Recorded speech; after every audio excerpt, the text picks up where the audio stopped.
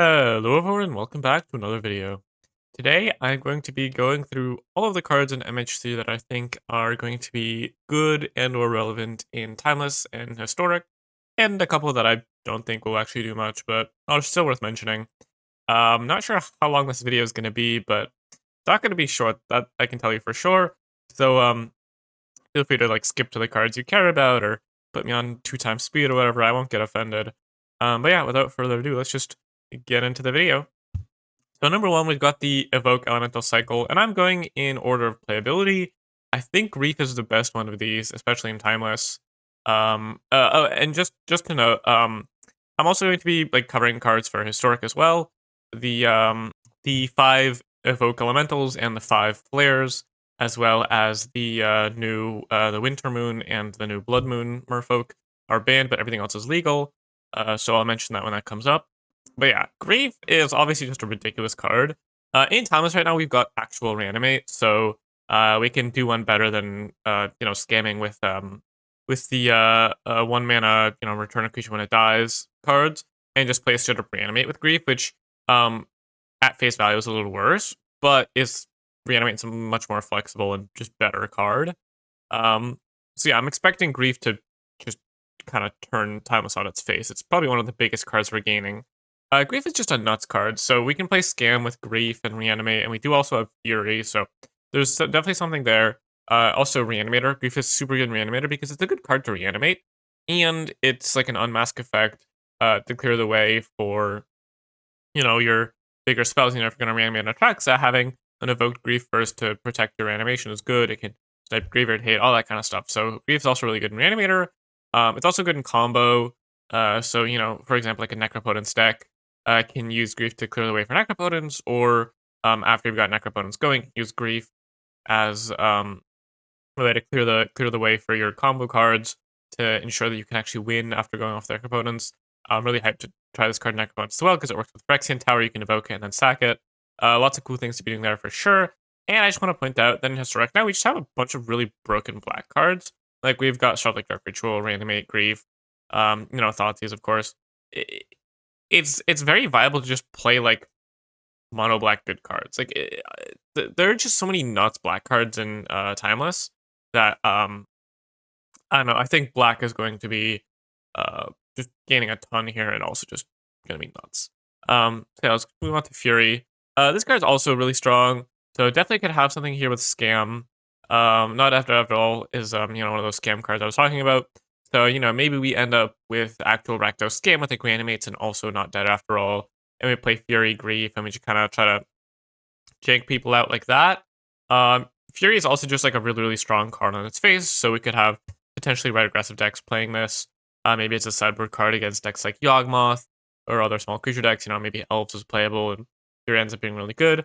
Also, I do want to point out that we do have Up the Beanstalk legal in Timeless, so I could absolutely see some sort of Omnath deck with all the elementals and Up the Beanstalk be really good, and Fury is obviously going to be great there because it works with Up the Beanstalk. It's great to cast, it's great to pitch, or pitch cast. So yeah, Fury also just another huge card for Timeless. Lots of ways this can slot into places, and it is going to make playing small creatures a little bit more difficult in Timeless, though. Bowmaster is already doing a lot of work there and preventing that. We also got Solitude, another just broken card. And also another really strong card for Omnath Beans, of course. Fury and Solitude are like the 2 elementals that are going to be triggering Beans. It's also really good with Ephemerate. Maybe we end up with Black-White Scam with Grief Ephemerate and Solitude Ephemerate. Definitely could see that happening. It's also just going to be good in other Ephemerate decks. Like any sort of Blink deck is going to really want Solitude. And there are some other cards that are coming in MH3 that it could definitely make that happen. So I'm pretty excited for Solitude. We've also got Endurance. This card's pretty strong. Is obviously going to be great in Yawgmoth. As both a way to answer Graveyard. So it's good Graveyard Hate. Can also help you reshuffle your Graveyard for combos. There's a lot of like cute things you can do in various combo decks with Endurance to like avoid playing a single Thassa's Oracle as your win condition, for example. Also just being a free creature for Yawgmoth, you can like evoke it, sack it on the stack, use it to cord, weird stuff there. So great for Yawgmoth. and I think it's going to be an auto-include in basically every single green sideboard. The Omnath Elementals deck might want it with like the Beanstalk deck. I do foresee Reanimator or some sort of like grief scam stuff um, being very important. So I definitely see Endurance playing a role there. And then last but not least, we've got Subtlety. Now this card's, it's good. Subtlety is like pretty clearly the worst elemental. Still a very solid card. We could see maybe some sort of like Murktide style deck using Ragavan, and use like cheap threats and then using Subtlety as like a pitch spell. We could see it in a Footfalls deck, maybe like um obviously, you don't have Cascade spells like the 3-mana ones, but we've got Bloodbraid Marauder, and Subtlety is both a interaction spell that's like more expensive, so you can play in that kind of deck, and works with helping you enabling Delirium. So maybe that sort of thing is going to be okay. I don't know. Subtlety has much less of an obvious home than the rest of these, but I could still definitely see it being good. It's still a very powerful card. And now we're moving on to the flares. These are also in order of which one I think is the best. And so number one, we've got Flare of Cultivation. Probably no surprises here if you've looked at the set. This card is one of the most talked about cards. And I mean, the most obvious place to play it is, of course, Primeval Titan decks. You can turn 2 Primeval Titan with this pretty easily. You go turn 1 Arboreal Grazer into turn 2 Flare of Cultivation, and as long as you've got 2 lands, like the Sunken Citadel, Castle Garenbrig, whatever, that can generate multiple mana, you can get a Primeval down on turn 2. You play Forest Arboreal Grazer, put in Sunken Citadel, untap Castle Garenbrig, Flare of Cultivation, Arboreal Grazer, get 2 lands, and then your Sunken Citadel is gonna tap for 2 for the Castle Garenbrig, and the Castle Garenbrig also taps for 2, so that's 4 land, 6 mana, Primeval Tide. Bam. GG's. Also, I could see this card maybe seeing playing Yawgmoth, since you do have the undying creatures like Young Wolf to sacrifice. However, we are lacking Strangleroot, which is some pretty important redundancy, because you really want to be sacrificing an undying creature to this, so I'm not sure if that's actually going to see play. It's just something I thought was worth mentioning. Maybe some sort of natural order deck would want to run it if you're running a bunch of cheap creatures already, like Colony Garden or whatever is also another good enabler for this. Um, I've got Flare of Denial. Free counterspells are obviously going to be pretty good, and this one does require a little bit of setup. It's definitely true that this card is like not the worst hard cast. It's just a cancel worst case, which is totally fine. And I could see this being good in some sort of blue tempo deck. It's pretty good alongside Snapcaster Mage as like a cheap body to sacrifice as well. Doesn't actually work with you can't give it flashback and then free cast it, I don't think. But still, just like you're gonna have to have blue creatures in your deck for Flare of the Denial to be good, and Snapcaster is like one of the best options there. But I really see this card being good in Merfolk, because Merfolk is like the one deck that's gonna have a bunch of cheap blue creatures to have lying around ready to sack, and really wants the sort of tempo advantage. You can Flare of Denial or Wrath, a combo piece, you know, a Fury, whatever you need to. And so you're gonna have a bunch of cheap Merfolk. I put Shoreline Scale as like the example. It's just like the one of the best one drops for the deck. So yeah, the one issue I do see with this is that one of the upsides of free counter spells is that they stop like a turn 1 Necropotence or whatever, and Flare of Denial doesn't really do that unless you play a 1-drop on the play on turn 1. So it's not quite going to be Force Negation when it comes to stopping combo decks. Now Flare of Duplication is a really interesting card, and it's difficult to find a home for. Like maybe there's some sort of Neoform combo deck. Neoform decks do want to be copying Neoform, so you can get Dualcaster Mage and start going ham. Maybe some sort of red aggro deck just wants this as like their own version of a counter spell, because you can copy a mana drain or whatever. Or some sort of removal spell, they fatal push your creature, you can Flare of Duplication, target their creature with it. So I don't know, just a powerful card. Like as close as red generally gets to counter spells is the fork or the redirect effects. And being able to free cast these is obviously really powerful. Also, 3 mana isn't too restrictive, so you can hard cast this. But I don't think there's a particularly obvious home right now in Timeless. But definitely a card to keep an eye on. Flare of Malice is also another interesting one. I do think they went a little more conservative on the flares than they did with the elementals. I'm not gonna lie. Because this card, you really want to be pitch casting it. It is, or I guess sacrificing a creature to cast it. Because it's pretty overpriced for the effect. 4 mana is kind of a lot. We see you blot out the play in Timeless or in Pioneer because of Sword and Vein Ripper, but this is substantially worse. But the thing is, black is like the best color for sacrificing cheap creatures. So maybe you've got some sort of like deck with a bunch of Orcish Bowmasters and stuff like that. They don't mind just slotting this in fairly there. So you can like most of the time pitch cast it. Sometimes you hard cast it in the late game. Maybe some sort of Necropotence deck with like Shambling Ghast and stuff like that wants it as a way to slow down the opponent. Maybe you're playing against Zoo. You want to kill their first creature to stimulate their aggression without taking time to cast like a spell that costs mana, and you can trigger the Shambling Ghast death trigger or whatnot. Maybe you want to answer like an Archon of Emerior, some sort of hate piece if that becomes relevant. So definitely could see Flare of Malice being a role player somewhere. Free spells are just powerful, even if this doesn't necessarily have the most obvious home at the moment. Flare of Fortitude is a bit of a weird one. So it's a sort of Teferi's Protection style card, where it basically protects you for a turn. But we don't really have like an ad nauseum combo where you pay a bunch of life, or like I guess lose a bunch of life, because this isn't really paying life. But none of that sort of thing. So you can't really like cast this and then cast some sort of spell and go off. Which would be like the most obvious home for one of these like free spells. But it can save a creature from a wrath if you're a white aggro deck. And it can answer some sort of storm kill. Doesn't answer Thassa's Oracle, but it does answer like Tendrils or Grape Shot or something like that. So yeah, no, maybe the sees play. We'll see. And now we've come to the flip Planeswalkers. These are all going to be pretty powerful, especially in Historic as well, because these are, of course, going to be in Historic. Finally get to the Historic legal cards.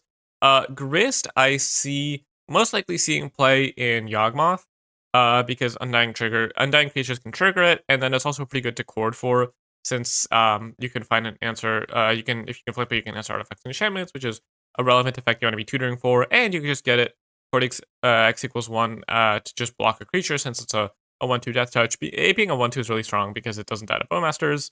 And of course, there's another spot where not having the second Undying creature makes this a little worse, but even with just Young Wolf, we're going to be flipping this pretty often, since Young Wolf is a card you want to have. And the floor on it is pretty high, so I could see this being a one of in Yawgmoth for sure. Also, there is potential for Kethis, as Kethis does is bring back creatures from the graveyard, and maybe you're playing Unearth, so you can trigger it even when you're not playing Kethis. And, it still mills you, destroys artifacts and enchantments, makes blockers. Still a solid card, also legendary. For 1 minute, turns on Mox Amber, stuff like that. Could also maybe see this as a card in Gen mid-range with Jarsoul. Not entirely sure about that, but, Jarsoul is a way to flip it, so that could be a thing, maybe. Rao's a really interesting card. So it's this sort of Baral type cost reducer where it makes all your instants to sorceries 1 cheaper, and the main place that Baral is seen play is in Modern Giftstorm, where you discount all the 2 mana make 3 mana rituals and your Metamorphoses, and then you can set up like a gift and give and kill. And we're lacking a lot of the pieces for that in Timeless and Historic. We don't have actual rituals. The closest thing we have to that is like Strike It Rich, which doesn't work with cost reduction. So that part's a little awkward, but we can do things with Underworld Breach maybe. We've got a Bergi out as well. That could be a thing. Those kind of decks do play the Goblin Anarchomancer at the moment, and Rao does seem like a better version. Also, we've got the red artifact that reduces things by 1 cost, so you could see like a mono red Breach deck. Since you don't have to go for other colors to get that cost reduction effect. And Ral, if you cast a bunch of spells, it can also generate some value. It's going to be a little tricky to get the card draw on the backside, since you do need a blue permanent for that, which is going to be probably a little tricky for these kinds of decks, for all notwithstanding. But sometimes it's going to come in at 8 and just kind of go crazy, and sometimes it's going to be a Planeswalker. This card's gonna be weird to play though, because the flip is a May, so you're gonna probably want to like try to get greedy, and if you if he flips on the first one, you can say, actually, no, I want to wait till later to flip because I've got more spells to cast and I want him to flip with more loyalty. And then, gotta kind of hope that he flips and just doesn't deal damage to you again. So there's going to be some thought there for sure. But I think this is a pretty powerful card, even if it doesn't necessarily have a home quite yet. Now, next up, we've got Sorin. Sorin, bit of a weird card. Definitely could see this being played in Soul Sisters or Angels, which is like the two Life Gain decks, but neither of those decks are really in black, so it's going to be, we're just going to have to see if Sorin is a powerful enough effect for those cards for those decks to want to play him. This card is just like really strong though. With lifelink and extort, it can flip itself pretty easily. And then the -6 is pretty good. The -1 can definitely do some work. It's pretty difficult to kill because the +2 starts on 3, so it instantly goes to 5. Yeah, very interesting card. Just like I'm not sure if it really has a home at the moment. Also, we've got Tameo. This card I actually have pretty high hopes for. So, its face is actually pretty strong because it's a 0/3. It makes a clue every turn, which is card draw. Also, it's an artifact, so maybe Affinity wants to play this card as a way to make a repeatable artifact. 0/3 also blocks pretty well, and you can block a Ragavan. And Tameo can be flipped right away with a Brainstorm. I think the main reason to be playing Tameo is just if you're going to be brainstorming, and you want that kind of effect. Turn 1 Tameo, turn 2 Brainstorm, flip it, or turn 2 Tameo, instantly flip with a Brainstorm is going to be, I think, pretty powerful because, pretty wimpy Planeswalker, I'm not going to lie. Starts on 2, but a +2 that does technically protect itself. I think this card, if you're going to flip it on turn 2, it's going to be pretty difficult to attack down. Trying to rush to the ultimate could definitely be a threat. It does, is a bit vulnerable to Bowmasters in that you want to be flipping with Brainstorm, and it makes clues, and the -7 draws cards. So this card, really like the bane of existence is Bowmasters, but I could see this being potentially a pretty strong card with Brainstorm. Now, this last one is a Johnny Nakadal Pariah. This card is really powerful. Like, just on rate, it makes you a 3/3 worth of stats, and the Planeswalker is pretty powerful. It does require your cat to die, so the +2 isn't actually that good. But with the 0, it's pretty good. And just dealing damage, if you get a red permanent down and deal damage, that's just kind of nuts. Johnny is in a weird spot where, like, white aggro decks aren't actually that good in Timeless. Could absolutely see this seeing a lot of play in Historic though. But I think maybe like some sort of Convoke style deck, which is going to make red permanents and also have a lot of creatures in play, could really use the backside well. And do you want to point out the Cauldron Familiar is a cat, so you can flip a Johnny with it, put a count on your cat. Yeah, not super relevant, but maybe some sort of like black-white cat oven deck with a Binding Grace or something like that. I could see that being a home for Johnny. So yeah, definitely a pretty powerful card. Just like in Timeless, aggressive decks aren't super good right now. Maybe some sort of Death and Taxes deck wants this card. Now we've got the MDFCs. So these two, I'm gonna go over all of the ones that on the backside there in untapped land if you pay 3 life first, because I think these are gonna have a ton of potential. Witch Enchanter, it's really overcosted is the issue. But if you want, this kind of effect, maybe you play it. If you just want creatures, maybe you play it. The cost for these isn't that high in aggressive decks because paying 3 life, your life total is going to moderate a lot less generally. And I really think that Razorgrass Ambush is a pretty powerful card because it's already like a solid effect. I mean, obviously, only attacking our blood creatures is kind of rough. So like you probably see this as like a 1-cost card, maybe like Elspeth's Smite, I think. Is a good example. But just being a land that you can put in your deck, I don't know, maybe even White Control wants this because you can just have this up for attackers. So if you're getting pressured, you can play this, and worst case, on top lane, you pay 3 life. That's fine. And it is relevant to note that all these pitch to the elementals, which is, pretty relevant. So these pitch to Solitude. Definitely could see that being a factor for them being played. Now we've got the blue ones. I think Sink It to Stupor is really, really strong because what it does is it's just a land, but it's also a way for combo decks to answer hate pieces at instant speed. So you can like end step, Sink It to Stupor, your rest in peace, untap, go off, or end step, Sink to Super, your Pithing Needle on tap go off. And I really think that these are going to, the ones in these colors are going to see play in Belcher. Maybe there's like a sort of blue style Belcher deck, which uses Sink into Stupor to answer hate pieces and have more untapped lands. And basically, I think just any blue combo deck is really going to want Sink into Stupor. Hydroelectric Specimen, a bit weird. It can like save your creatures. But I'm not really sure if any deck really wants this card over Sync.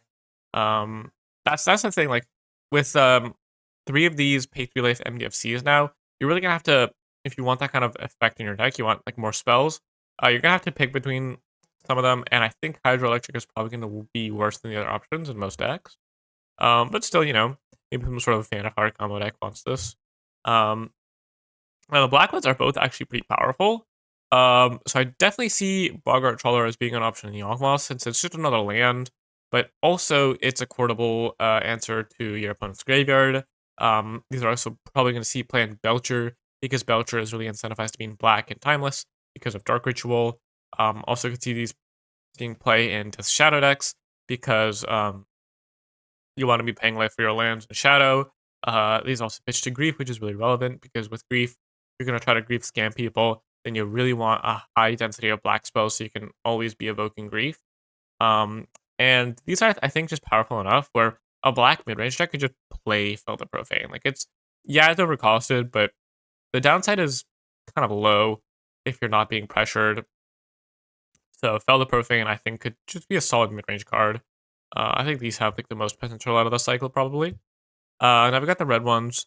Pinnacle Monk, I'm really not sure about. Maybe some sort of like Omniscience deck wants this as a way to like combo off, which is also just a land, but most Omniscience decks aren't red, so not sure about that. But Sudden Eruption is actually kind of interesting. So it works with the indestructible land. So the bridges from MH3 or Citadel, you can destroy these and they won't get destroyed because they're indestructible and you get a land. So it could be a 3-mana ramp spell.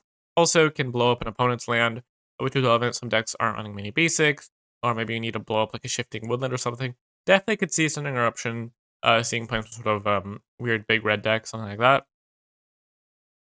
that. And on the green ones, really not sure about these. Disciple of Freyles, maybe in Titan or something like that. Being able to sack a creature is kind of powerful, sure, but it's really overcosted to play. So I'm not sure this is a card that's gonna be too relevant. And we don't have the green pact, so pacting for an untapped land is not something we need to worry about in Timeless. Braveworks Battle, maybe you want it in Titan, just like an interaction spell, but 3-mana fight is really, really clunky. Alright, now to the tapped ones. So first off, we got Waterlog Teachings and Revitalizing Past, and on their backsides are just tapped dual lands. Waterlog Teachings, maybe some sort of blue-black combo deck. Could see it seeing play, maybe, just having some extra redundancy, maybe need the fixing. Maybe Belcher wants it as a way to tutor up Besiege the Mirror. I could see that being the case. Revitalizing Repast, it's just like a solid effect. I don't see this card seeing play in Yawgmoth, because top 10 is a pretty big cost, though. That kind of effect is fine.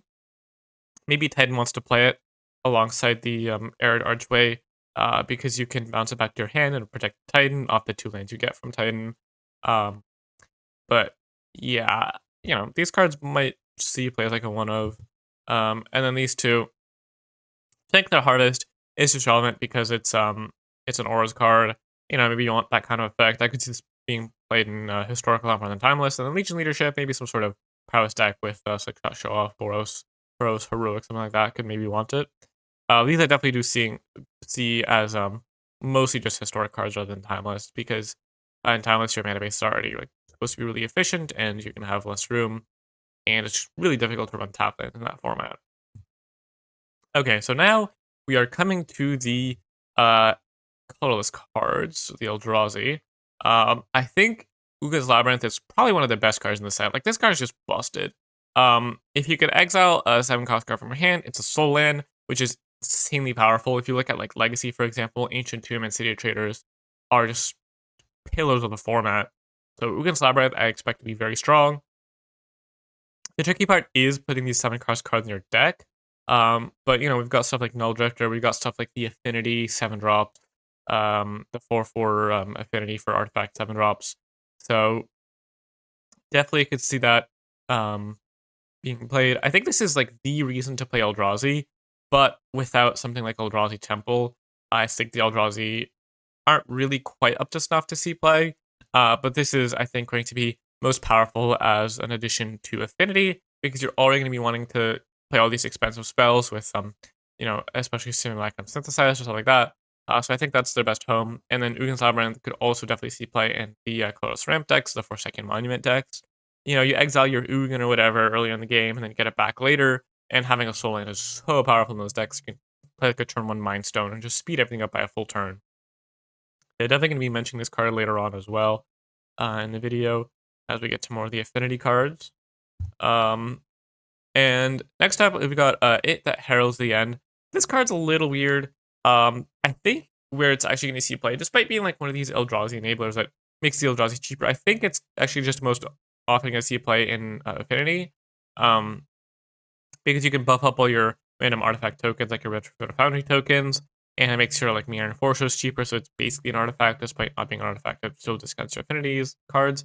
So I could see this maybe being some sort of Lord in a probably an historic, if anything, in like an affinity deck or some go wide artifact tokens deck. Drifter is another interesting Eldrazi. It's a good enabler for the Labyrinth, and also It That Heralds as well. And I could see this seeing play in some sort of 8 Stifle deck, where you're playing Lotus Field and Stifle and the new Stifle, and then you're playing Null Drifter as a threat, which, worst case, it's just an uncounterable, divination, but also you can evoke it, Stifle it, have this like pretty big beater. I mean, look, a 4-mana 4/4, if you're stifling a 4-mana 4/4 flying on either one, that's nothing to sneeze at, for sure. The one thing to point out is that it doesn't work with Blink. One of the things with Mulldrifter, the best thing to be doing with it is to ephemerate it, because then you get 4 cards and 2/2, but that doesn't really work with Mulldrifter because it's a cast trigger. Unfortunately, you can still ephemerate it to save the creature, but that's a lot worse. We've got Emrakul, the World Anew, up next. This card is such a powerful card. So they made the protection ability very, very good, because not only does it dodge basically every removal spell, you can't go for the Voda or whatever, it also dodges stuff like Leyline Binding, all these like O-Ring effects. So really, basically the only way to kill it is just give me with a Wrath. And so that mitigates the downside heavily of having to sacrifice our creatures, because if you're getting Wrath, they're dead anyway. The real issue, of course, with these Titans is getting them into play. Not too shocking there, I assume. But I think since we need such a heavy colorless requirement to be able to Madness Emrakul, I don't think Emrakul is going to be a card that's getting a hard cast. I think you're going to be wanting to be Madnessing it most likely. And I think that the best way to be doing that is with the colorless lands like Gyreed, Sanitarium, and Phyrexian Scrapyard that can discard it. The issue is that that's still pretty mana intensive, since you need to be tapping a land. You need 9 lands with Gyreed, Sanitarium, 8 with Phyrexian Scrapyard, since they're a land, and they need to tap and need to pay mana. So not going to be cheap to get Emrakul into play. We don't have any good like free discard outlets that you'd want to be playing in a colorless deck, I don't think. But maybe this card sees play if we get Asmo in the format at some point with the artifact that discards to make a food. Because that's like probably one of the best enablers for Emrakul, because it's a colorless card that discards for free, but we unfortunately lack it. So Emrakul, I think, is a very powerful card. Might not see play right away. Kozilek's Command up next. I think this card is just a good card.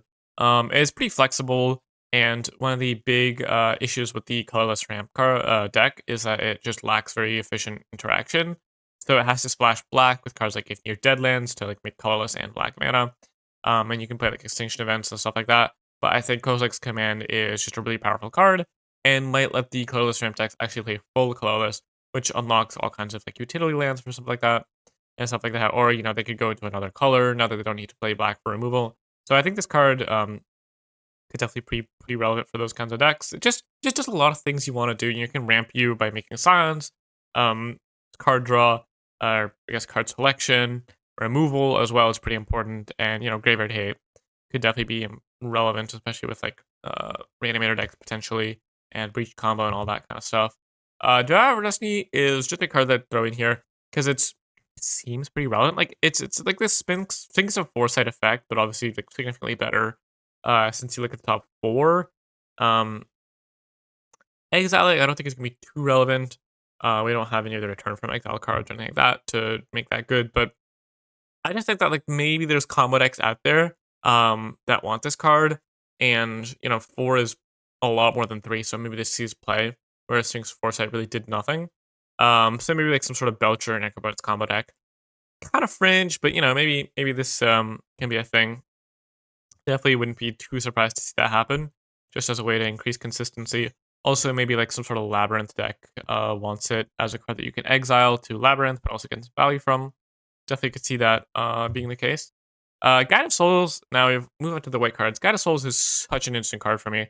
This card's, it's just a busted card. Like, even on rate, it's a Soul Sister that also, play a couple of creatures and it just randomly starts attacking as a 3/4 flying. Like, that's pretty powerful. Also, really good in the Heliod deck, so I think this is going to be one of the de facto Soul Sisters cards they're going to be playing. Also, 2 deafness means it dodges Bowmaster, and this card also helps you go infinite with Primal Prayers, which I think is super relevant because Primal Prayers is really powerful. I will get into more on Primal Players later, but the point is you get to precast cards, precast creatures with energy, and then Goddess Souls gives you your energy back, so you can kind of go infinite with some sort of Shrieking Drake type card, being able to recast it over and over, and you also gain infinite life with Guide of Souls if you're doing that. So that's really, really interesting to me. Now next up, we've got Ocelot Pride. Another just really busted 1-drop. This card, it doesn't quite have a home in Timeless, I feel, because white aggro isn't that good. Though it is also really good with a Johnny, I will point out, because you make a bunch of cat tokens and put counters on them. But Ocelot Pride could be good in some sort of Convoke deck since you go super wide. Cards like Legion's Landing, which make multiple permanents for Ascend, are really important. The massive downside I see of this card is it dies to Bowmasters, which is such a huge cost. It's going to be dying to Bowmasters before you can really trigger it with Ascend. So this might be a card for Historic more so than Timeless. But it's just such an unbelievable card. Like, have you read it? Like, it's a 1/1 first like lifelink, sure. But then you just make a 1/1 if you gain life, which you can do by just attacking. And if you have the City's Blessing, it snowballs out of control so fast. You can get City's Blessing with this on like turn 3 and just bam, make like infinite tokens. And it doesn't even work for just cat tokens. It's every token. Like it just doubles up your Legion's Landing token, doubles up your Bowmaster token, doubles up whatever. This card's just nuts. Like, even if it doesn't see play in Timeless because of Bowmaster, it's almost definitely seeing play in Historic. This card's just too busted. Next up, we've got Prismatic Ending. This is another one of the special guest cards along with the Vocal Elementals and all that. And it's pretty busted, I'm not gonna lie. Like, it's probably not replacing Swords to Plowshares in Timeless, but it's a nice alternative to Path to Exile, and being able to just hit every permanent. Like, it can answer Graveyard Hate if you're a combo deck. It can answer, really important artifacts like Fitter Foundry, stuff like that, for really cheap. And it just means that white decks are basically always going to have access to this card, any sort of like white control deck, and that makes some non-creature permanents a lot less valuable. Like, Redshift Fitter Foundry used to be a good way to outgrind a control deck, or like at least match them, get some additional value. Now, if they're going to be packing Prismatic Ending, that's a much less reliable plan. So I see this card being very important for like Omnath style control decks and stuff like that. Orm's Chant is another white 1-drop here. It does a bit of a different role. This is a silence effect, and I think, the main home is like some sort of combo deck that isn't in blue, so it uses this as like a preemptive counterspell. You cast Orm's Chant, and then you go off once your opponent either spends an mana countering Orm's Chant or doesn't counter it and can't do anything. It clears the way for your combos, so maybe some sort of like Dragon Storm deck, combo deck maybe, but we don't have many white combo decks. But also, it being a fog is pretty relevant. Maybe some sort of Wilderness Reclamation deck uses this as like a fog against aggro, and then against control, you can use it to help resolve your relevant spells.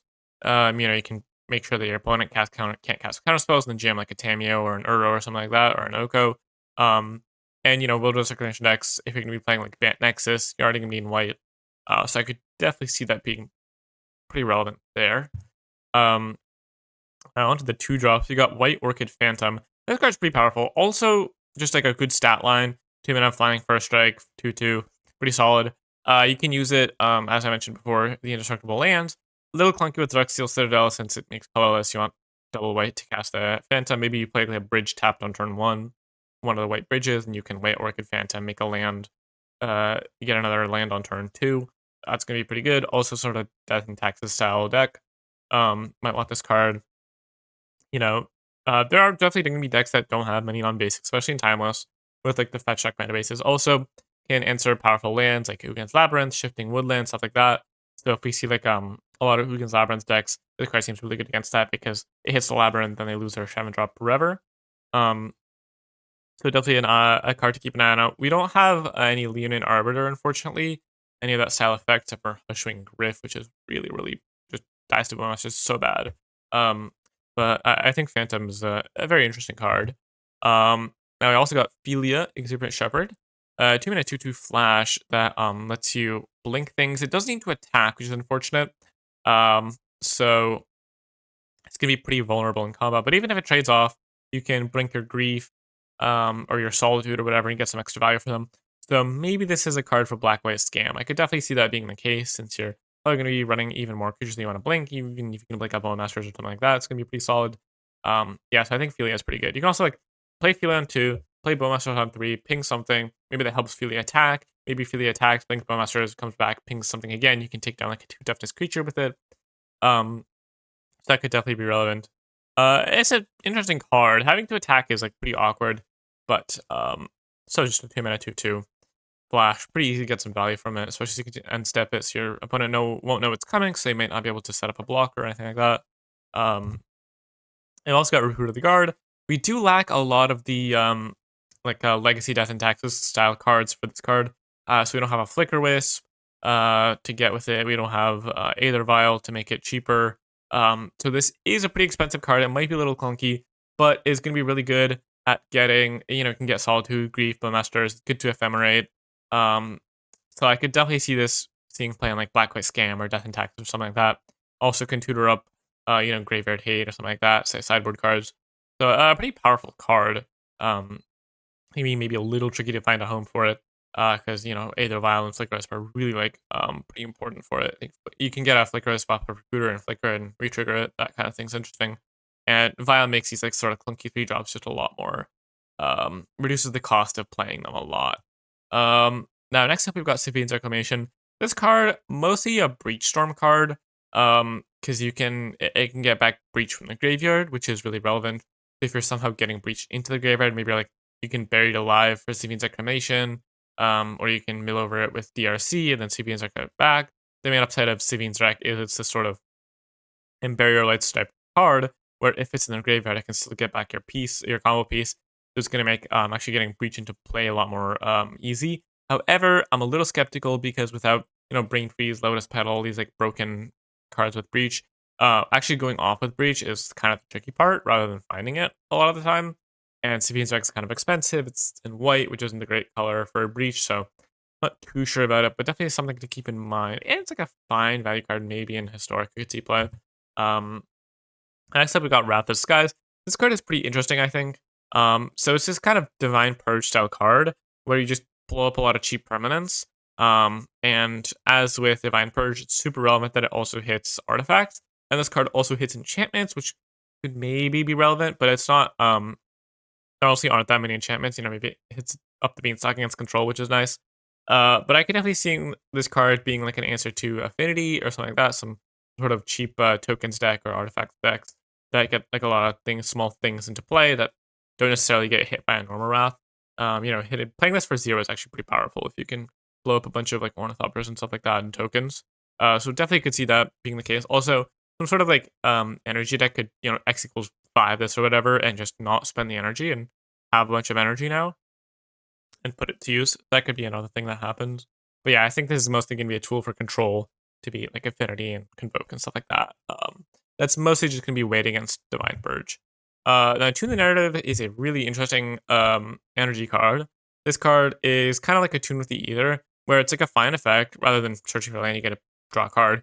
But getting 2 energy for this low of a cost, and we saw a Tune of Ether be really powerful in Standard and kind of enable the energy decks really well. I think Tune the Narrative, if there's going to be a good energy deck, it's going to want Tune the Narrative. It's going to push energy decks toward blue because it's kind of a fact. It's like the best energy enabler. It's such a low cost. You just cycle it and then you get energy. So if you can actually put that energy to work, this card's gonna be really good. And it's basically Ancestral Recall. You get a card and 2 energy. That's like 3 cards pretty much, right? Counters, whatever.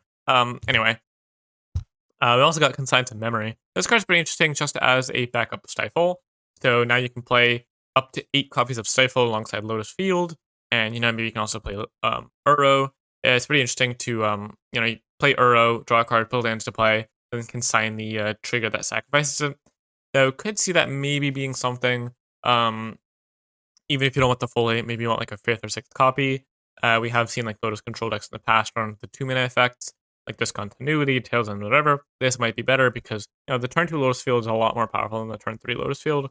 And it could also just be an interesting sideboard card for some sort of Colorless deck.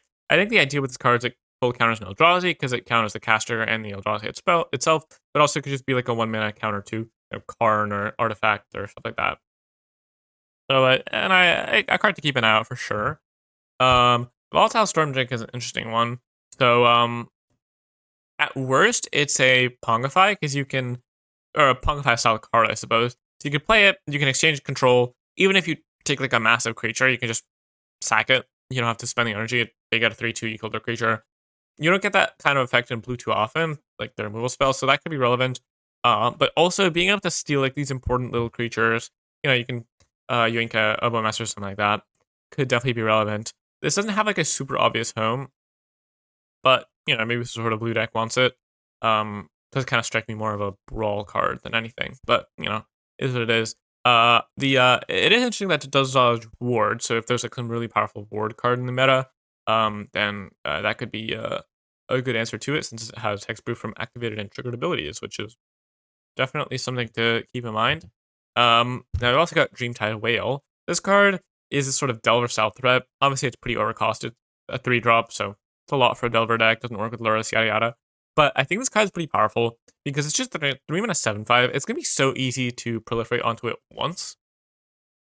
Untap, you play a Cantrip and a Thoughtseize or something like that, and if you can proliferate onto it once, it's gonna be around for 3 turns, and or 2 turns, I guess. It's gonna be able to attack for 2 turns, and like after that, your opponent kind of dies. Like they can't let it stick, right? It's so massive. So if you can just keep it around for a turn or 2, it's gonna be that powerful. This is like this Red Shredder type card where it triggers when any player casts their second spell. And it's important to keep note that Proliferate can also work with other things. Bowmaster tokens. Maybe you actually have Legend Shredder in your deck. Maybe you're proliferating energy or something like that. Definitely some potential there for sure. And I've also got Harbinger of the Seas. This card, they made a 2/2, kind of squishy, but it's a Blood Moon effect, which is so powerful, especially since turning lands into islands turns off red removal spells like burn spells like islands. If your opponent's got all islands, it can be a little bit difficult for them to kill Harbinger of the Seas, whereas like previously with Blood Moon, or Magus the Moon, I suppose one of the issues like they could just shock it anyway because our lands are red. You could saw like Titan decks bring in red removal spells as an answer to Magus the Moon because they would just, after their lands are mountains, they can kill it. Harbinger of the Seas is going to be a little bit more tricky to do that. You're going to have to rely on Dismember or having a basic land in play. So I see this being relevant in Merfolk, super relevant because they're already playing a bunch of blue lands, and also turns on Island Walk, which is super relevant, makes all your creatures unblockable if you have like a Master of the Pearl Trident in play. And this is just a really good card against Titan, so I could see that being a big issue for Titan, them having to kind of build their deck around beating it post-board. But yeah, this card is very interesting, and banned in Historic because they are really against non-basic land hate in Historic, it seems. If Spreading Seas is banned, of course, this is too, Now, these cards I kind of grouped together since they're both these 3-drop Devoid cards that reward you for casting expensive spells. Now, Kozilek's Unsealing is a little bit more fringe. I think that the best place to play these both is with the affinity cards.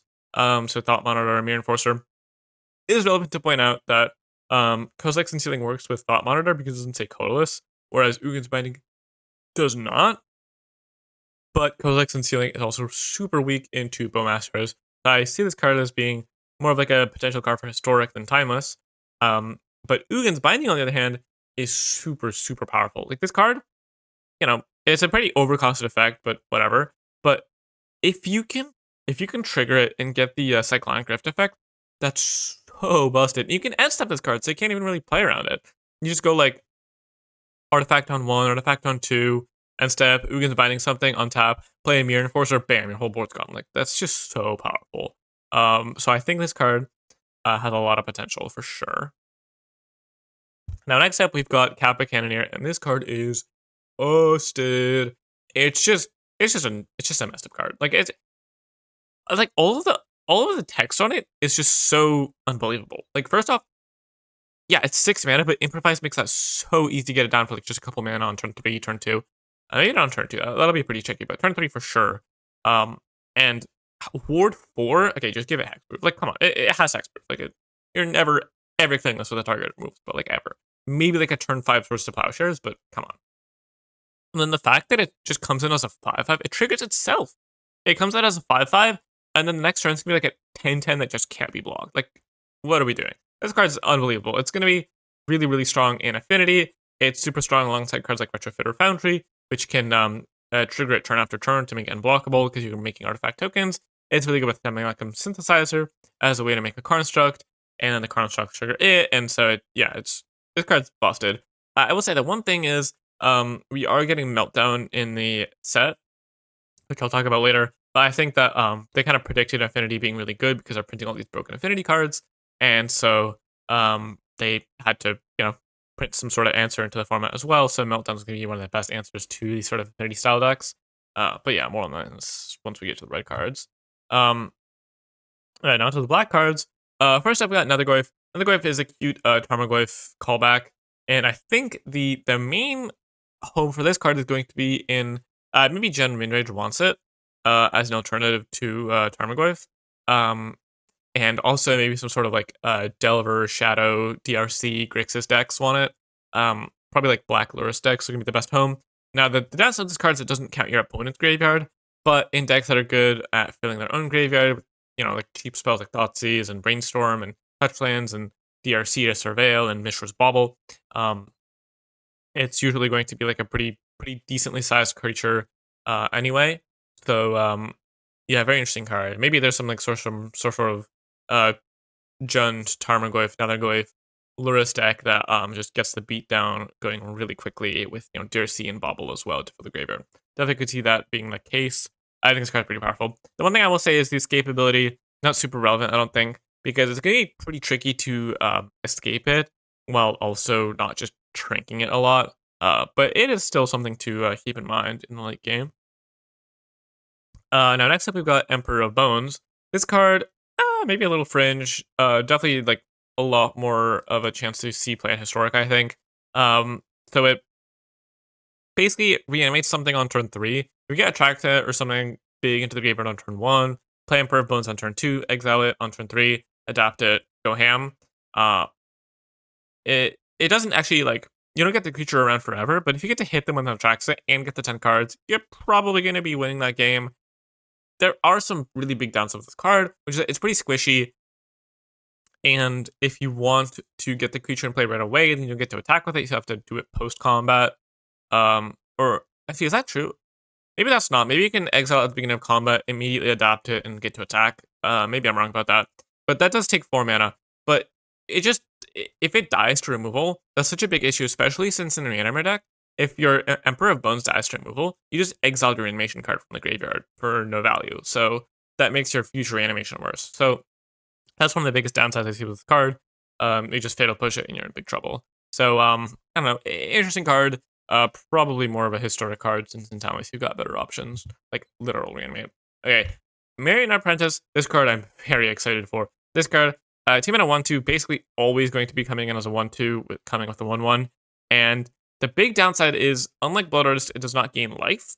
So in a Yawgmoth style deck, it's gonna be a lot worse because you can't gain your life back from the life you're playing with Yawg. So I don't see this card being played in Yawgmoth as it currently stands, since that deck only plays one Yawgmoth or one Blood Artist effect, and you really want to be gaining life so you can go fully infinite.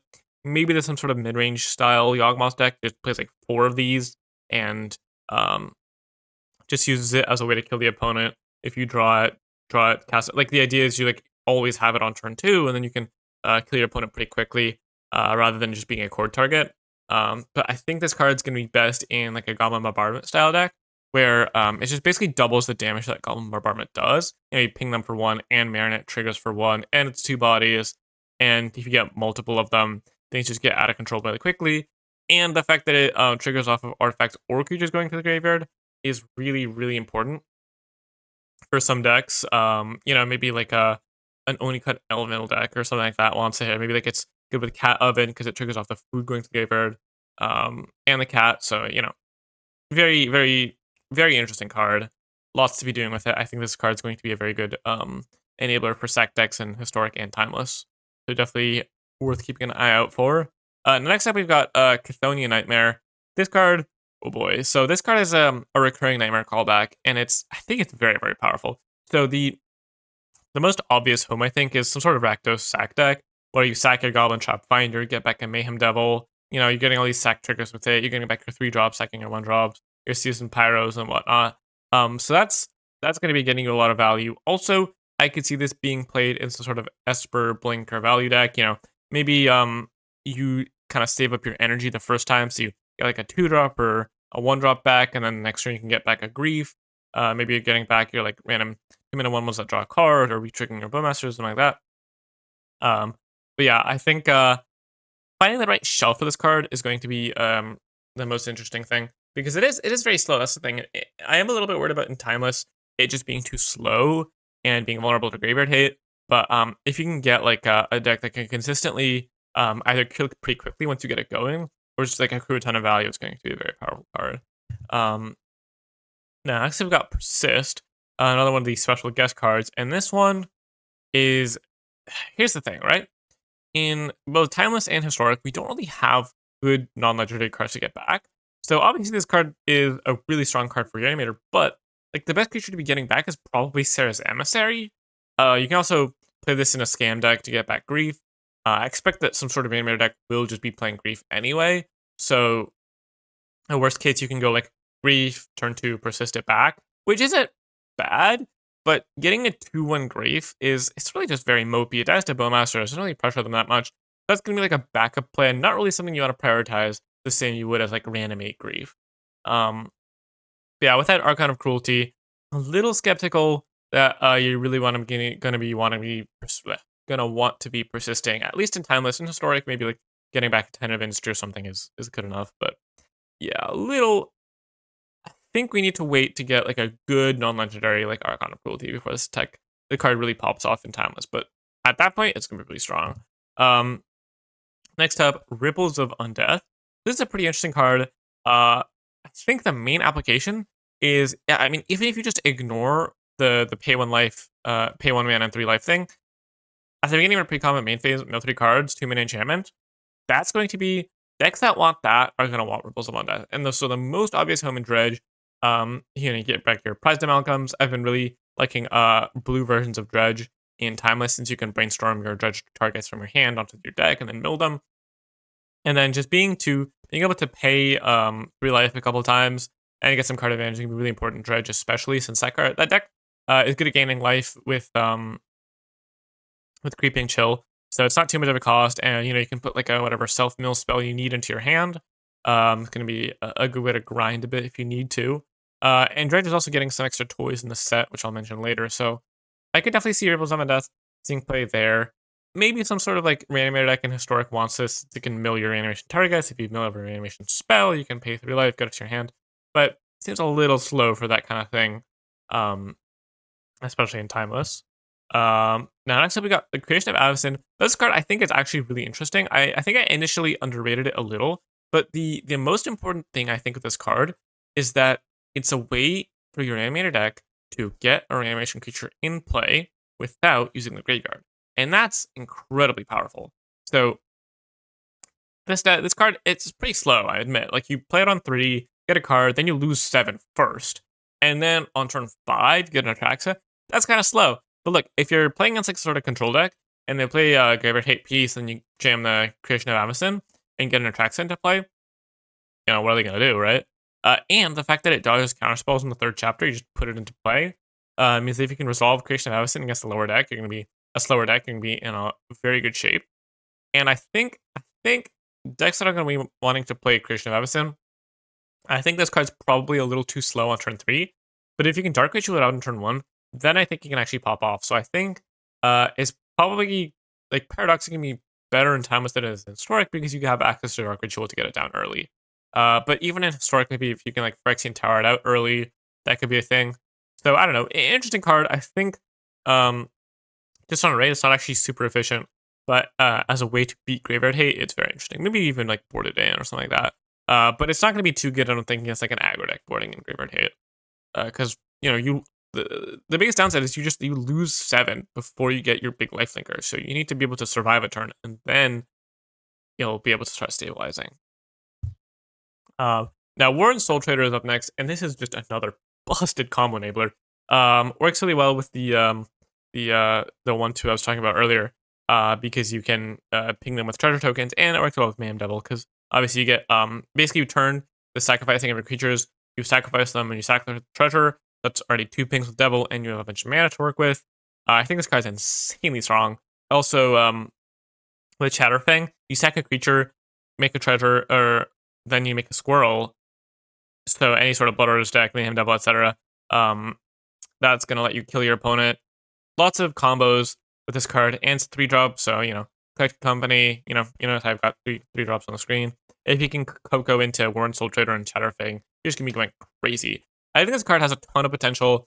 We have a Ashnod's Altar in Timeless, but we don't have, in Historic, but we don't have a Phyrexian Altar, and being able to make colored mana is really, really relevant. As well as just being able to save up the treasure tokens, getting additional pings out of the artifact. Paying life is a cost, it's a real cost, and it being a creature is kind of an issue because it makes it more vulnerable, but also makes it better because you can Coco, Cord, etc. This card, that's got to be something broken to do with it. Like, I would be shocked if this card wasn't very strong. It's just, it really seems like a lot of the cards in MH3 are just like, what if we made like a card, and then like a card we would make, and then just took the restriction off it. Like, I would totally expect to see this card in like a standard set, but it like taps, or you can only do it once per turn or something like that. You have to pay 2 mana.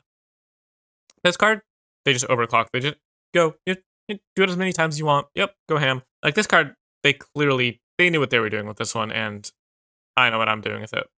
Comboing. Buried Alive is up next.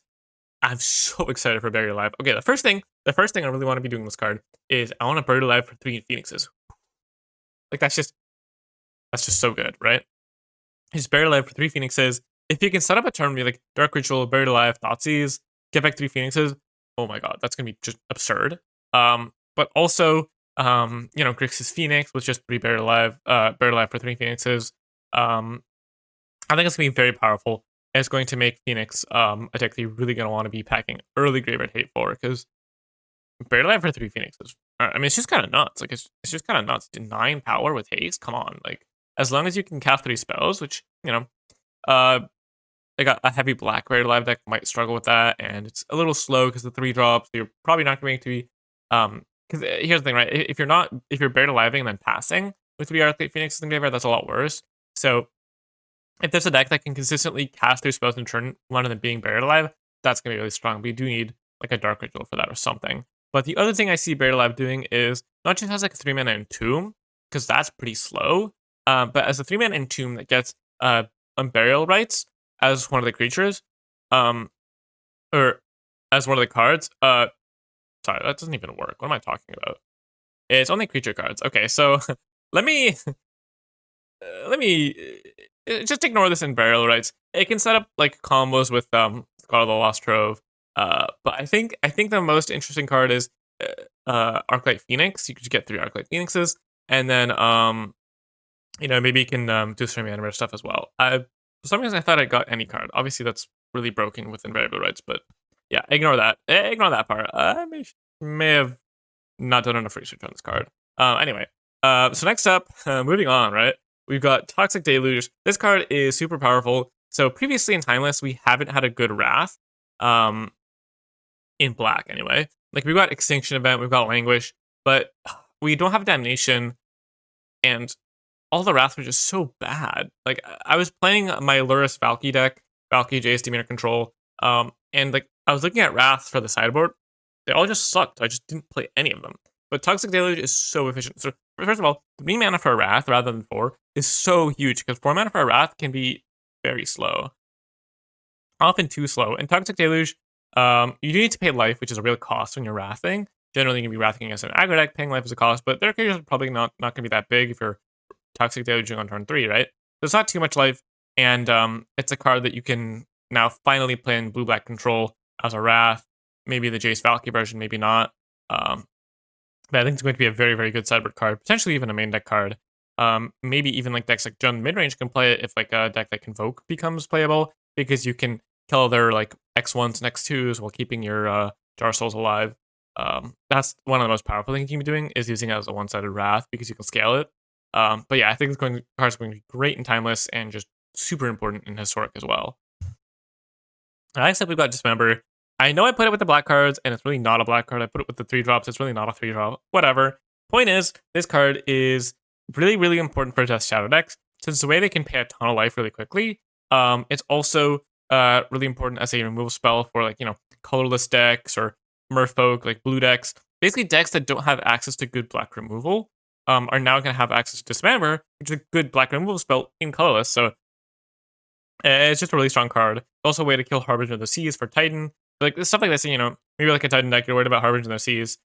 What are you gonna do? Put a fight spell in your deck? But now you have Dismember, which can be cast underneath Harbinger of the Seas. It's just so efficient. Being colorless is really strong. I think this card is going to be a real role player. Next up, Galvanic Discharge. This card, pure and simple, energy payoff, energy enabler. I think the most important thing with this card is that, yeah, it's like a bolt that doesn't go face, but if you can like only spend 1 or 2 energy killing like creature you want, maybe like killing a Bowmasters or whatever, get 2 energy, you're really gonna want to be doing that so you can actually keep generate energy. So you can generate energy with this card, because that's, I think, the most powerful thing to be doing is, you know, you got your team in your energy deck, you're using Galvanic Discharge to generate energy. You ping something and you keep some energy around. That's, I think, the most powerful thing to be doing.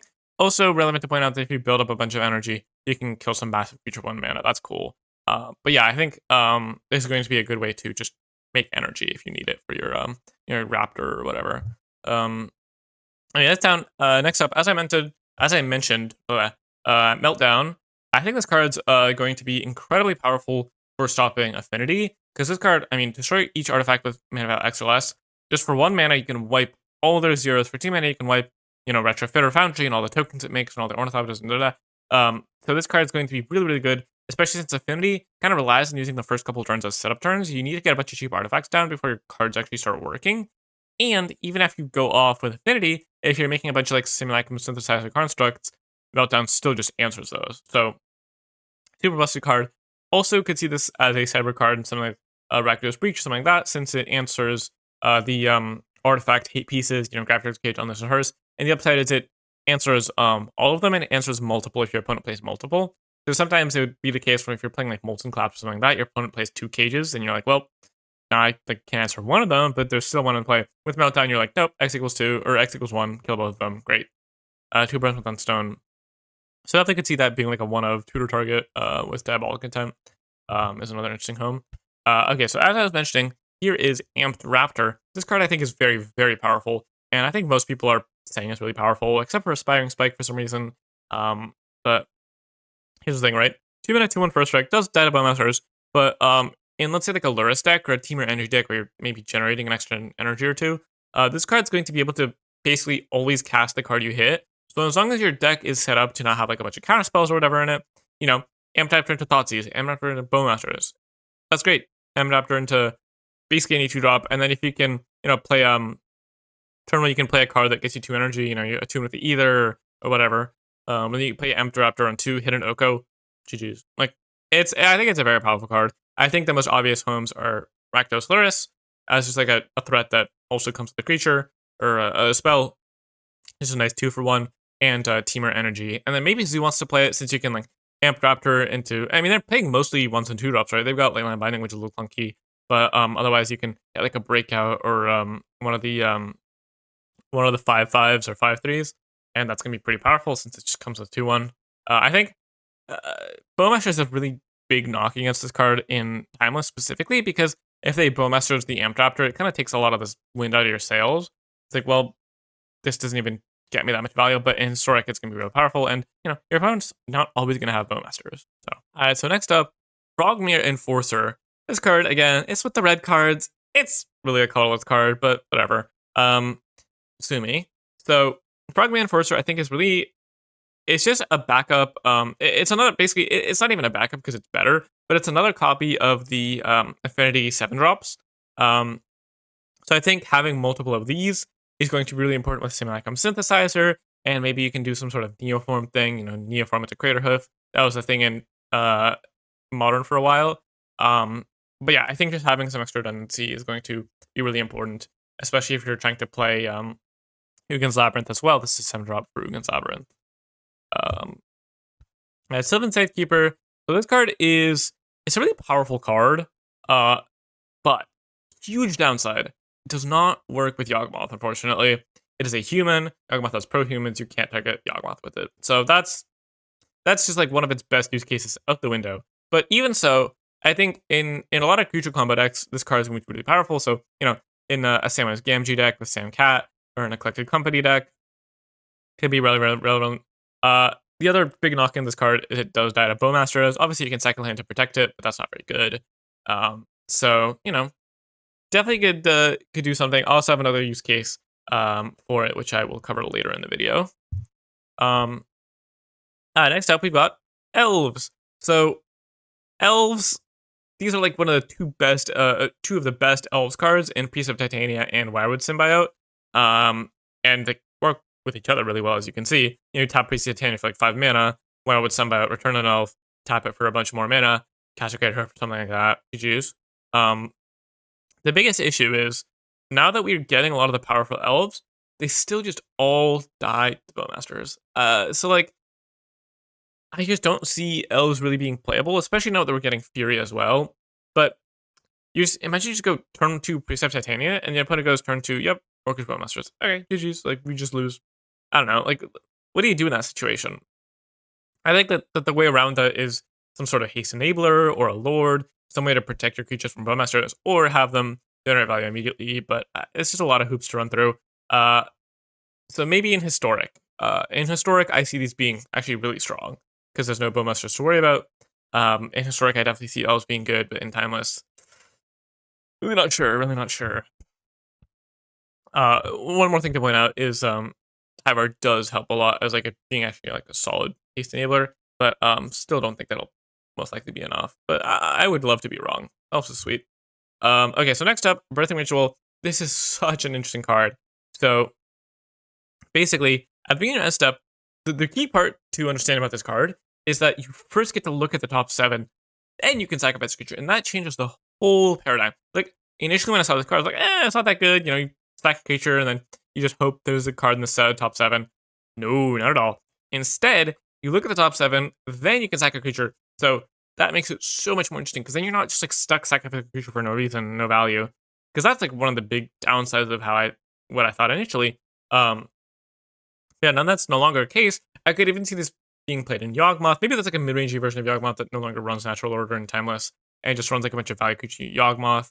But you can also just like Young Wolf into your 2-drops, into like Bowmasters, into Grist. Yeah. Also could see this being played in a value pod deck. You know, you sack your 2-drop, you get your Renegade Rally, or get it back. I think this card could just be like a card that, you know, generates value over time in various creature decks, since the fact you get to look first is so huge. I'm very excited for this card. Probably even more use cases than what I can initially think of. But I think it's going to be very interesting in Timeless, and probably even better in Historic, since that kind of like slower value thing is even better there. Okay, next up, Fanatic of Ronus. So we've recently been seeing mono gain an uptick in Pioneer, and I think this could also cause the same in Timeless and Historic. So Fanatic of Ronus taps for Grain, but it's a 1/4, so it survives Lightning Bolt, which is really very relevant. And also, if you have a creature with Power Forward Getter, it just taps for 4 mana. 4 mana is so much. Like, imagine you just play this, play an Nightcast Trailblazer, tap it 4, play Kiora, untap it, just go crazy. And it's also really good with, like, because these kind of decks already run a bunch of 4-drops. You know, you run your Old Growth Trolls and whatnot to trick Kiora and generate Devotion for Nykthos. If Fanatic of Ronus just goes so nothing of a 4-drop in play, and it dodges bolt. Like, it just doesn't die. Like, it gets fatal push and it gets swords, but like, it's so fast. It's such a anyway. Um, so I think this card is getting pretty strong, especially since you can eternalize it as well. So it's just another, you can mill it out. You mill it over with Cavalier of Thorns, or if you just die, you get it back. You trigger Kiora and Outcast. Yeah, I think this card is very powerful. There's a bunch of cards coming that I think could make Mono Green Devotion very powerful in Timeless, and going to make it absolutely nuts in Historic. And next up, we've got Stringheart and Tuco, which, is probably like the second most interesting card on the slide, because Nadu is really interesting. I'll get to more about Nadu later, but for now, Stringheart and Tuco I think is really interesting because it goes basically with Nissa. If you slap it on a forest, then you can whenever land ETBs, you can pay green, make a forest, tap it, make a forest, make a bunch of forests, because each time you make a new forest, it'll re-trigger the ETB. And so the forests aren't actually going to be 3/3s because they don't get the counters. So you make infinite forest with a Nantuko on a Nissa land, and then from there, a lot of ways to win the game from there. Which, I don't know, that's kind of fringe, but maybe it could be a thing. But also, if you can slap it on a Nadu, it both triggers Nadu and whenever a land ETBs, which Nadu's doing a lot, and you get a new creature, you can maybe like throw a equipment around or something like that to keep re-triggering. So that could be very interesting as well.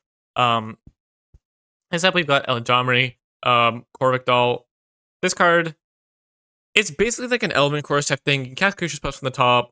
You can look at the top at any time. That's great. It's an interesting core target, Eldritch Evolution target. Just a nice value creature. 3-drop for your birth rituals or whatever. And also, you can tap 2 untap creatures, reveal the top card, put it into play if it's a creature, or from your hand. The thing is, like, in Elves, this could be very relevant, because this card, I think, could see play in Yawgmoth or Elves. In Elves, putting in a creator is pretty cool, but putting in a Yawgmoth, it's like, yeah, but you tapped 3 creatures to do that. That's kind of expensive. I don't know if that's going to be too relevant. And activating during your turn, not quite sorcery speed, but not activating during the opponent's turn is a big knock against it. But still, I could see the card being pretty relevant, especially in Historic. Maybe Historic Elves wants this for sure. Okay, next up, 6. 6, it's a bit of a weird card. So, 3 mana, 2/4 reach, mills, which is really good when it attacks, but it does need to attack, which, these decks aren't going to be too good at. Like a 6 deck is probably not going to be too good at getting attackers through. So, if it just gets eaten in combat, that's not great, of course. And then during your turn, giving your non-land permanents retrace is actually super interesting. So retrace, you can discard a land to cast it from the graveyard in addition to their other costs, yada yada. I can see this card being good with Kethis because you can play 6, and not only can you like instantly get back Kethis with it and recast it, but you can go like 6, get back Mox Amber, then get back Kethis, help pay for it. If you got like 2 Mox Ambers and a Slogurk, you can keep replaying Mox Ambers by discarding lands, which grows a Slogurk, and then you can recast a Slogurk. You can return the Slogurk to hand, get your lands back, recast a Slogurk, keep playing Mox Ambers. Definitely like some potential there as well. You can generate mana with a Wreck of Legends or whatever, kill them with any number of effects at that point. So I think this card could be, especially in Historic, because that might be a little slow for Timeless, some sort of like Kethis, Slogurk, lands, Millier deck kind of thing. Definitely a lot of potential there for sure. Also, 3 mana 2/4 reach blocks the creatures from wizards pretty well, which is relevant. Next up, so here is Primal Prayers, which I was mentioning earlier. This card is another really powerful combo card, I think. So you can do the thing where you have a Guide of Souls in play, and you're getting your entry back. You can loop in a Sararak or the 2-drop alchemy card that returns itself. So definitely some potential there for sure. And also with Greenbelt Rampager, you play the Greenbelt, returns to your hand, but you get energy. You can do that over and over again. So as soon as you've got like some sort of effect, like an Impact Charmers or whatever with the Greenbelt and Primal Prayers, you can kill your opponent that way. Also possible that you can play this as a sort of value deck. Maybe you can play this, play 2/3 drops. That's great. You cheat on mana. But I think it's most likely going to end up in some sort of combo deck with these energy generators. And I think it's got a lot of potential because Honorin is a pretty powerful card. And next up, we got Sowing Like a Spawn. This card's interesting. So I think that the most common use case is you play this and you get Nykthos with it. And it's pretty good to hit off Storm of the Festival, especially. 4 mana is a lot to get Nykthos, because these like kind of fetch Nykthos cards are going to be the best when you don't have much mana. You're you like play a 1-drop, get Nykthos, play it, tap it, kind of go crazy. If you're getting Nykthos on the 4-drop, it's like, all right, well, I ramped to my 4-drop, then I'm going to ramp some more. That's a lot slower. But Sowing Microspine is going to let you find your Nykthos a lot more often off of Storm the Festival. It's going to make going off a lot easier, so you can go like Storm the Festival, hit a Sowing Microspawn, get an untapped Nykthos, and start going crazy a lot faster, a lot more consistently. Also does find other lands, so maybe you can get like a Shifting Woodland with it if you're playing a Shifting Woodland deck. Maybe you can exile your opponent's land. It's got a lot of potential, I think. But mostly I think it's going to be in some sort of Nykthos deck. Okay, so now we've got to the colorless cards, or not colorless, the opposite, multicolored cards. And the first one up is Cranial Ram. So this card's pretty interesting. It's going to get banned and paupered like instantaneously. But also, it's just a pretty big boy, in an artifact deck. You play Retrofitter on turn 1, this on turn 2, now this on turn 3, you're attacking for a bunch, you can get it with Stoneforge Mystic. So I think there could be some like sort of aggressive Infinity deck, maybe in Historic especially, that plays like this card, maybe Niddled Cyst, and like a bunch of cheap artifacts, and it just has these like massive beaters getting in. So definitely could see that being relevant. In Timeless, it's a little awkward that this card does die to Bowmasters because he gets plus X1. But still, I think a lot of potential there. Yeah, and now we've got Invert Polarity. So this card, honestly, I have no clue what sort of home it's going to go in. Maybe like just get control. Is it control, something like that? Because ideally, you want like these like 3-mana counter spells to be playing in a. You want to be playing them in a control deck, not like a tempo deck, because pulling off 3 mana is a lot. Maybe like Delver wants this, but that's a little bit questionable. But I think the card, despite not really seeing a home for it, I think it's a really powerful card. So look, it counters a spell for 3 mana. Like worst case, you choose the spell, you flip a coin. If you win the flip, you get control of it. If you lose the flip, you counter it. That's done. If you win the flip, you get control of the spell. That's really powerful. That's really, really powerful. Like here's the thing, right? Imagine you just invert polarity, your opponent's random 3-drop. Bam, you get the 3-drop. It's a 2-for-1. It's busted. You just got a free 3-drop. And then if you're like countering a removal spell, instead of just countering it and protecting the creature, you can slam it at their creature. I think this card is like really powerful. 3 mana for a counter spell, not the absolute worst thing in the world, but when you do in that flip, it's gonna be so good. It's also going to be very tilting because the swinginess based on the coin flip is going to be massive. Like games are going to be just purely won and lost because you lost or won the flip. Okay, so next up, so now we're actually properly going to talk about Nadu because I think this card is really powerful. Unfortunately, we don't have a Shuko. Shuko is the 1-mana equipment that you can equip for 0. As you can see, we've got a leather armor, and it says equip 0, activate only once each turn. It's a fixed Shuko. Because with Shuko, you'd be able to go infinite with Nadu really easily. You re-equip over and over and over. You make a bunch more creatures somehow, and you could go infinite or just generate a ton of value. But Nadu is such a good card. Basically, whenever you target it with a spell or ability, you get the top card either in your hand or in play untapped if it's a land. And trigger twice each turn is also super relevant here. So you can do something with leather armor. You put your like Bant Cocoa value deck, you leather armor a bunch. You do it like once each turn, draw a card. That's great. You can like summon safety for triggered creatures, whatever. If you can somehow like generate creatures or mana off of lands entering the battlefield, you also go crazy. And also being a 3-drop is good with Collected Company. So Nadu, I think there aren't too many like really easy infinites. So I don't think there's gonna be like a full combo deck built around it in Timeless or Historic just because we don't have Shuko. But it might be like a very important card for getting value. Some sort of ramp deck might want it. And maybe there's just something I'm missing that could be entirely possible. Maybe there's like some sort of way to go off pretty easily with Sylvan Safekeeper. I definitely could see that happening.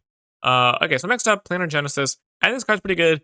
It's like a growth spiral, but it dodges Bowmasters, and it's an impulse. If you need a land, it's pretty likely to hit a land, especially if you're playing a pretty land-heavy deck, which growth spiral decks generally do. But if you want a spell, it also just gets you a spell. Like, you can just Planar Genesis on 2 to find your Wreck or find your Nexus or whatever. So I think this card has a lot of potential in Show and Tell decks.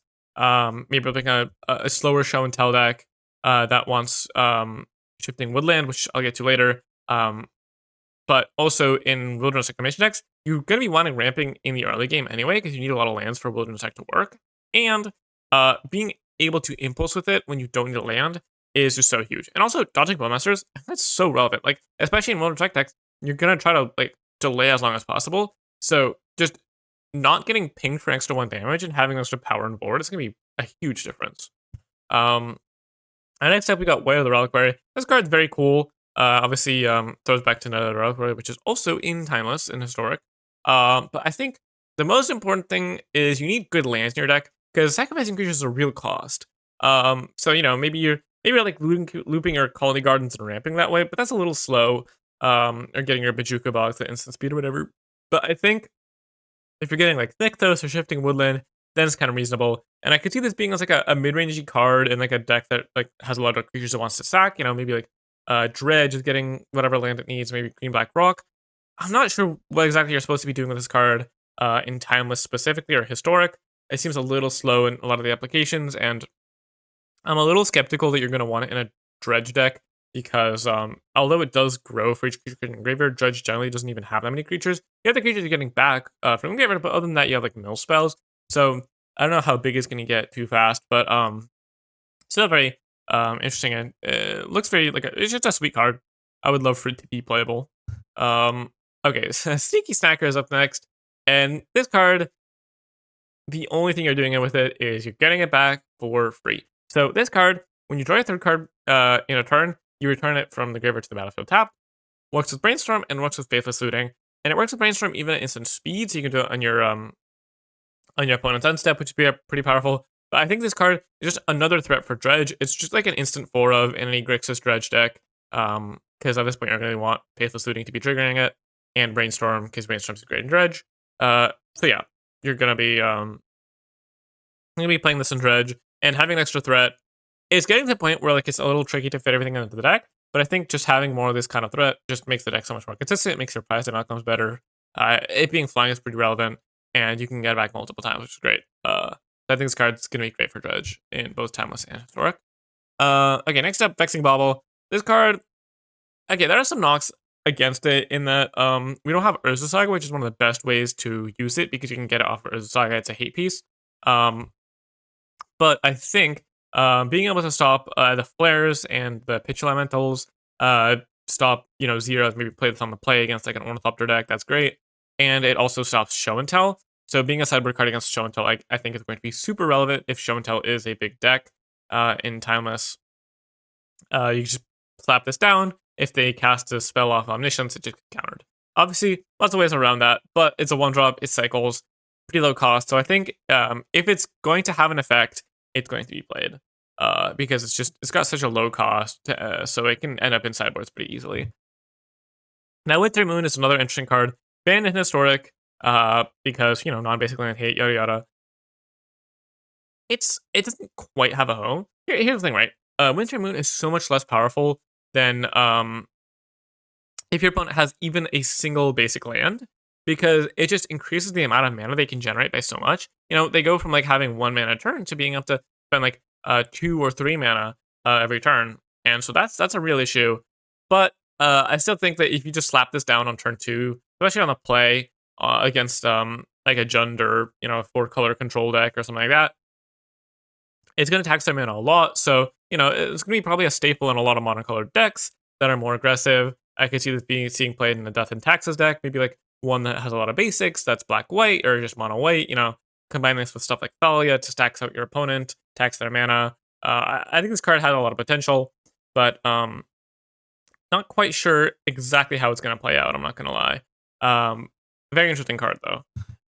Okay, so Shifting Woodland, the most obvious thing to be doing with this is 4 mana Omniscience, and I think it's going to be a very, very important card. I think it's going to change how Show and Tell decks are built fundamentally. I think it's still going to be playing Sultai. You're going to be playing looting effects like Tainted Indulgence and whatnot. You're going to be getting stuff at the graveyard, and you're going to be copying Omniscience with Shifting Woodland, and you're going to be getting around counter spells, and you can also cap in attracts if you need to just get into for 7, which is less powerful but still relevant.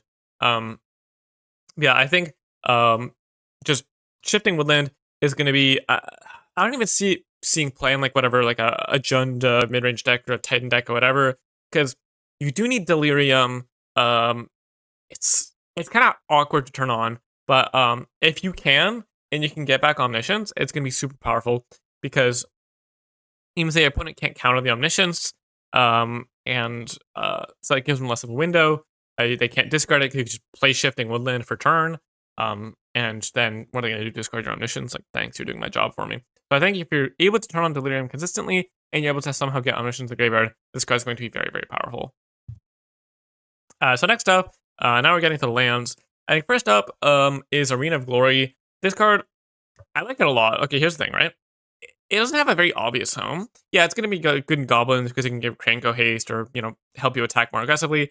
Planeswalker Vannifar, if that becomes a thing, this card's going to be incredibly important for, because the biggest issue with Planeswalker Vannifar is you have to wait a turn and then untap, but if you can give Planeswalker Vannifar haste, you can win right away pretty easily with like a 2-drop in play. I'm not sure if this card is good enough for aggressive decks. Even there's like a red aggressive deck, maybe like Wizards could play this, but the issue is not being able to untap is really a pretty big issue. Giving Dreadhorde Arcanist haste is pretty relevant in Wizards, but still that might not be enough. But yeah, this card is very interesting. It's definitely going to show up somewhere at some point. It's just a little unclear to me when, because you really need to get there on the haste. You really need the haste to be very effective. Otherwise, exerting your land is going to be kind of an issue. Archway of Innovation. This card's interesting. As you can see, there's not much on the slide because I'm not sure exactly where you're supposed to be doing this. The thing is, in affinity decks, all of your big spells are going to either have Improvise already, Cap Cannoneer, or are going to have affinity. So, your artifacts can pay for double. That's going to be not too relevant. This might be like, might see play in like heavy artifacts decks that are heavy blue as well, because it's going to be entering untapped most of the time. So it's kind of low cost. And maybe you like only have like 3 artifacts in play and you can get down your 7-drop even faster. But I don't know. I think this card has the potential to be really strong, but I'm not exactly sure how. Okay, so next up, Spymaster's Vault. This card also, here's the thing, right? These come at a low cost. Like, if you're a heavy black deck, it's pretty powerful. Now, I don't think Yogg really wants this because you're going to be playing a lot of non-swamps. Kind of clunky there. Maybe like some sort of Rakdos sack deck could want this as a one of, as like some sort of Castle Lockthwain type card. Or the main issue with this is conniving a bunch is kind of awkward in the face of Bowmasters. Like, it's cute, you get card selection, you get to put a bunch of counters on a creature, but they have a Bowmasters in response, you're gonna be in a lot of trouble. And the thing that I would see that would be really relevant is you can put a bunch of counters on Ballista with this, but unfortunately we don't have Ballista, so it's gonna be a no on there for now. Next up, Urza's Cave. So it's another interesting land. 3 tap is a lot to get a land. I think it's probably too slow to get a Nykthos with this. Getting a Shift in Woodland, I'm not sure. Put the land in graveyard for Delirium at least. And we don't have Tron lands, obviously, so that's gonna be a knock on it. But I don't know, interesting card. Probably doesn't have a home quite yet, but worth keeping in mind. And now we're getting to Barbarian Ring. This is like a Ramunap Ruins variant. It does deal you damage and doesn't have a colorless option, so it's kind of like a Horizon land in that sense. But aggressive decks aren't going to mind too much, so I think you're going to want this over an effect like Ramunap Ruins. If your deck is good at turning on Delirium, so Prowess or Delver with DRC is probably going to want this more, because they both deal 2 damage, but Barbarian Ring can kill a creature. And as long as getting 7 more cards in your graveyard isn't too much of an issue, I think Barbarian Ring is probably going to be at least a 1-of in your deck if you're like a red aggressive deck. All right, now we've also got Cephalid Colosseum as like a similar card. I don't know if it's a cycle, but Cephalid Colosseum is, I think, really powerful because it works with Orcish Bowmasters and Shieldred and Narset. If we could just play this like a blue-black control deck, late game you're gonna have Threshold unless you're exiling to Delve, whatever. You play this, you play Bowmasters, you make them loot, and you just make a 4/4 killer creature. That's gonna be pretty powerful. And if you can like Narset them or Shielded them, that's gonna be even better. The one issue here is that blue decks generally are going to be like more controlling, so having their land deal damage to them is going to be a much bigger cost. But still very worth keeping in mind. And some sort of lands combo deck can use this to like kill its opponent or do some interesting stuff there. So it could end up being some sort of combo enabler or payoff at some point as well. Would not be surprised. Oh yeah, and now we've got Deserted Temple. So this card I think is really, really interesting for untapping specifically Nykthos. So as you see here, you've got like Land of the Guild Pact and Sunken Citadel, and now Deserted Temple. You can play this really like all in on Nykthos kind of thing. The one issue is kind of need Nykthos for this card to do much. because otherwise, untapping Sunken Citadel is not actually that effective. I think you, um, I am spinning a lot of wheels for not much upside, but if you can untap Nykthos with this, that's actually gonna be a ton of mana. Actually, going turn 1 Leyline, you like turn 1 Leyline Sunken Citadel, turn 2 Nykthos, play your like Kiora, turn 3, you play Deserted Temple, and you can just tap Nykthos 3 times in a turn. It's like, okay, what are we doing? Making infinite mana, I guess. That seems really powerful to me. So I think Deserted Temple has some potential there for sure. And then, I don't know, maybe we get some other lands that make this relevant. I do like this with the Academy, but unfortunately I don't think we're getting Tolarian Academy anytime soon. Um, but yeah, interesting card for sure. Alright, that's gonna do it for the video. If you enjoyed it, let me know in the comments, because this is my first time doing one of these spoiler videos. So I would love to improve on it for next spoiler season. And also, you know, if you got any feedback, stuff like that. Definitely also let me know if you agree or disagree with me. Would love to hear you guys' thoughts on these cards. Obviously, I'm giving a lot of opinions here. I'm sure I missed some stuff. I'm sure I misread some stuff. You know, just giving my thoughts. So definitely let me know in the comments. And also subscribe to my Patreon to help me make more videos like these. Thanks, and I will see you in the next video.